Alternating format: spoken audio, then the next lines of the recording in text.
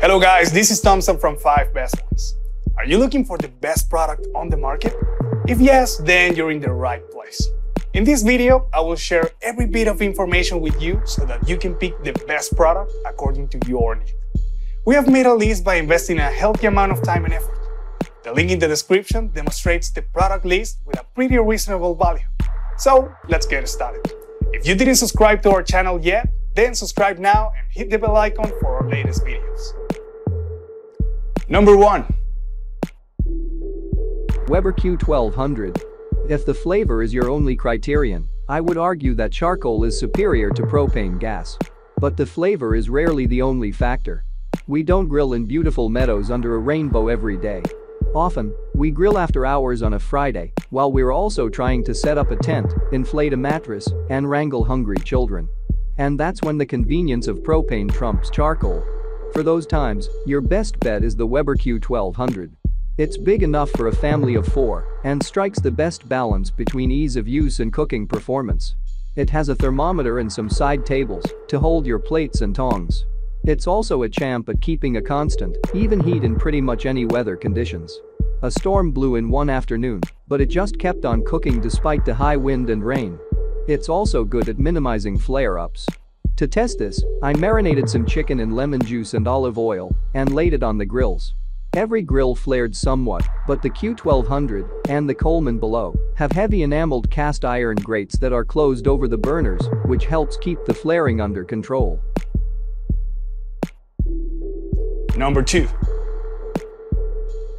George Foreman Plate Grill. Not everyone has a yard, and it's increasingly common for apartments to ban open flame grills on balconies. This is where electric grills come in.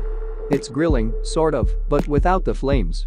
After trying a few different options, I've come back around to the one that got me through apartment life. The George Foreman Grill.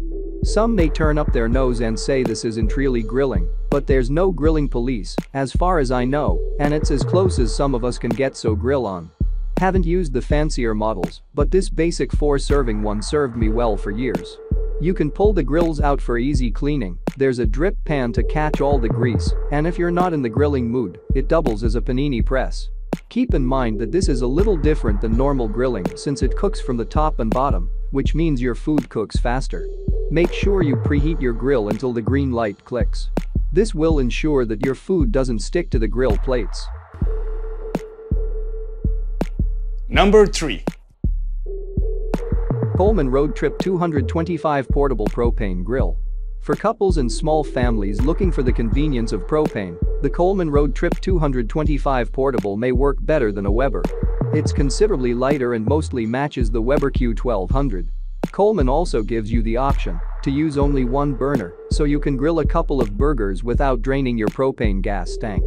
With variable controls, you can sear veggies on one side while cooking meat more slowly on the other. There's a greased pan to catch drips while cooking, and it's removable for cleaning. You also get push-button ignition and 11,000 BTUs of propane grilling power. What the Coleman lacks is a thermometer and a latch on the lid to let you carry it one-handed, though these omissions don't stop me from recommending it.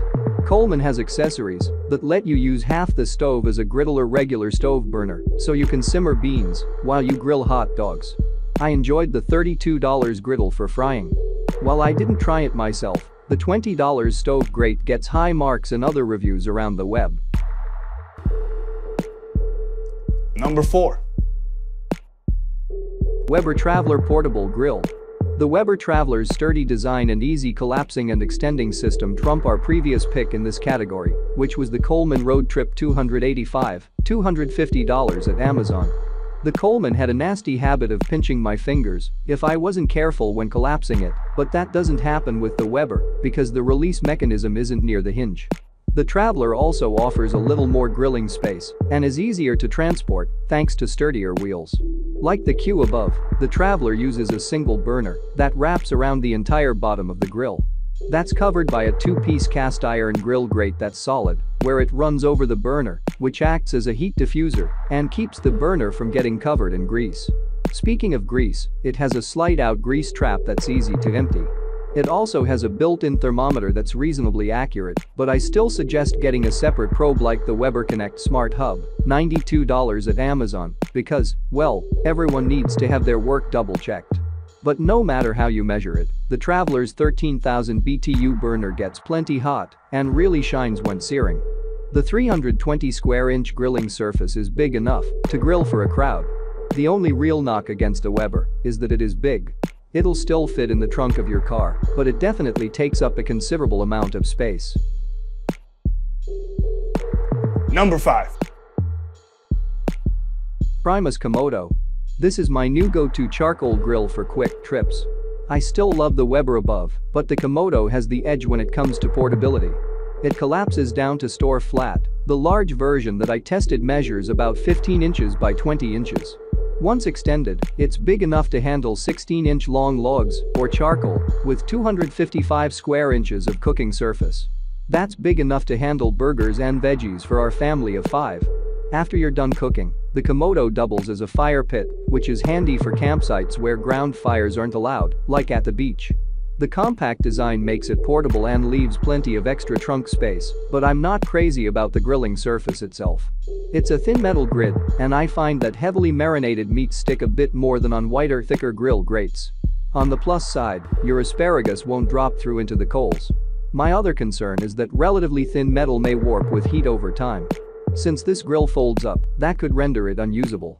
I've been using it regularly, about once a week, for 6 months now, and it still collapses nicely, but one side has begun to bow out slightly.